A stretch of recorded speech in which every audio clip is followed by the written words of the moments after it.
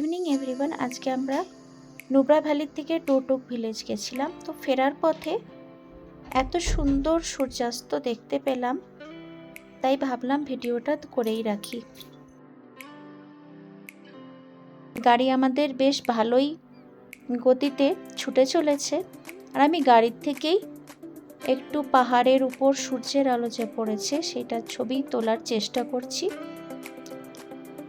এখানেও একটা ব্রিজ তৈরি হচ্ছে। এই ব্রিজটা এখনো কমপ্লিট হয়নি, ইনকমপ্লিট ব্রিজ।